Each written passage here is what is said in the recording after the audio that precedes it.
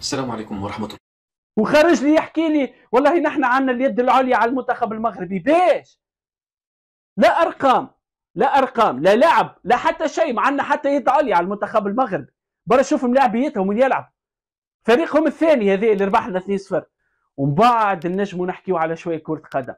غير هذا عندنا انفراستركتور طايحه، ما عندناش حتى تيران. حتى تيران شفت تيران، شفت التيرانات اللي وراه. تيران هذاك تيران فيس، استاد نتاع فيس. شفتك الزوز تيرانات اللي وراهم. بعد المقابلة هبط تصريح ولا هبط كلمة ولا اللي هو على صفحته الرسمية ويكتب ويقول الرجال يعني بمعنى انه يا الفرجاني ساسي مقولة المنتخب المغربي الكأس العالم. لكن الملاعبية حاليا اللي قال عليهم الفرجاني ساسي رجال يلزم يراجع الكلمة نتاعو. نرى انه الفرجاني ساسي تسرع في غنشوفوا في هذا الفيديو مؤثر تونسي وهو كيعطي رايه في مقارنه بين المنتخب المغربي والتونسي، وكيتكلم على واحد النقطه اللي ولات كثيره الجدل بزاف، وهي تصريحات فرجاني ساسي اللاعب ديال المنتخب التونسي اللي قال بان المنتخب التونسي كيبقى اقوى من المنتخب المغربي. هذا التصريح ما عجبش بزاف ديال الناس خصوصا في المغرب، حيث المنتخب المغربي دار انجازات كبيره في هذه السنوات ووصل نص نهائي كاس العالم ولا من بين المنتخبات القويه عالميا. الرد ما كانش من الجمهور فقط ولكن حتى من السيباري اللاعب ديال المنتخب المغربي اللي جاوبوا بطريقه محترفه وبذكاء، وقال ليه الكره كتبقى في الميدان وماشي في الهضره.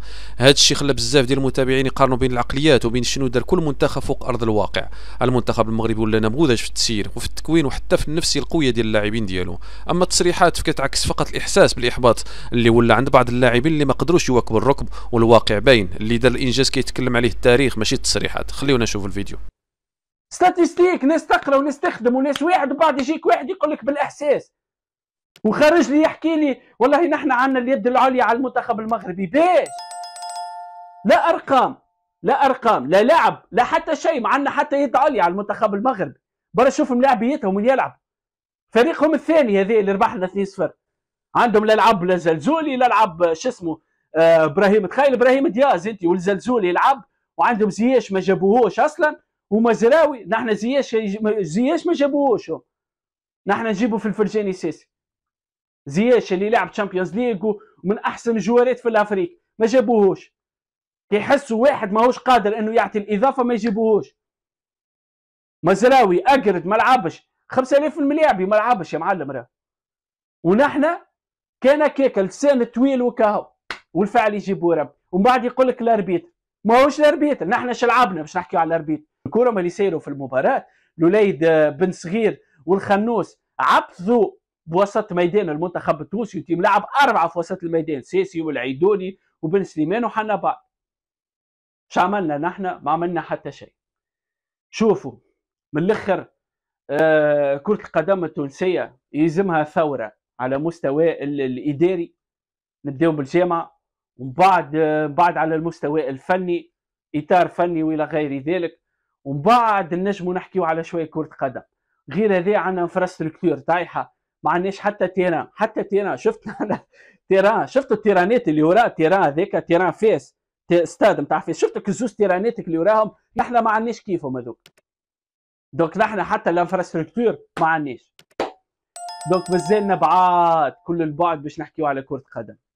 طرابلسي اللي كإنسان راهو عالمي، راهو سامي طرابلسي نعرف عليه برشا حاجات، راهو حاجه من وراء الخيال، راهو انسان توب من خيرة ما ثم في تونس. لكن راني كل ما نحكي عليه رياضيا، وزدت تاكدت من التصريحات نتاعو صراحه. سامي طرابلسي يلزم يراجع تصريحاته. يا معلم شنو هي الشعاير نتاعنا تقرب للشعاير نتاعك؟ ما الدين دين واحد، هذه خدمة الدين في المغرب ودين في تونس، وخاصه في شعيره في قيمه عيد الاضحى. شفناك الحفاوه، شفناك الفرحه من قبل الشعب المغربي. سامي طرابلسي ملاعبيه المنتخب تحسها فرحه من قلب. هذا هو المغربي الصحيح، هذا هو التونسي صحيح، الجزيري كيف صحيح هكاكا، المصري كيف صحيح هكاكا، المسلم بصفه عامه الصحيحه اللي قاعدين نشوفوا فيه في الفيديو اليوم. خلينا توا نرجعوا لمقابله المنتخب التونسي ضد المنتخب المغربي. المقابله انتهت بفوز اسود الاطلس هدفين لصفر، وتصريحاتها وكيف التصريحات اللي باش نسمعوها مع بعضنا رانا باش نخليوها في سياقها الرياضي وماناش باش نخرجوا من غادي. اسماعيل سيباري لاعب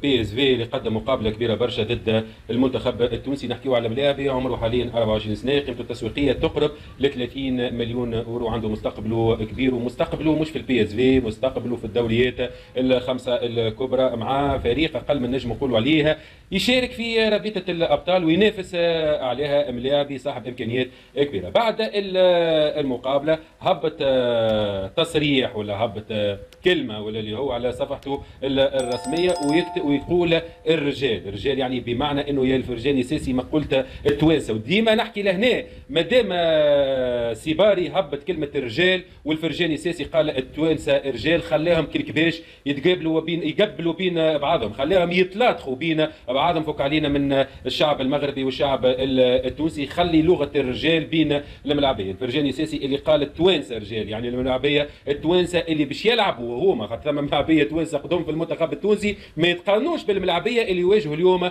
المنتخب المغربي واللي فازوا على المنتخب المغربي وفازوا بكاس افريقيا وتاهلوا على المنتخب المغربي لكاس العالم. لكن الملاعبيه حاليا اللي قال عليهم الفرجاني ساسي رجال يلزم يراجع الكلمه نتاعو. راه انه الفرجاني ساسي تسرع في التصريح نتاعو. بالطبيعه نعاود نقول مره اخرى راني مانيش نحكي على الشعب، راني نحكي على الملاعبيه اللي باش يواجهوا واللي يواجهوا المنتخب المغربي. صراحه الفرجاني ساسي تسرع بالتصريح نتاعو، كان من الاجدر يقوم بتصريح اكثر هداوه من التصريح اللي قام به، لانك انت طلعت البارة برشا وقت اللي تقول ماشي للمنتخب المغربي باش ننتصر عليه غادي، على الاقل حتى لو كان انهزمت بطريقه افضل وتليق من الطريقه اللي انهزمت فيها، لانه شفنا 10 ملاعبيه الكشير التالي باش ما يقبلوش. وقبلها تقول ملاعبيه رجال، يعني كي تقول ملاعبيه رجال راهو قلبه بقلبه، راهو ملاعبيه رجال يعني عادي جدا. في 90 دقيقه ما تعرفش شكون الفريق اللي باش ينتصر. 4-5 فرص للمنتخب التونسي في الشوط الاول، 6-7 في الشوط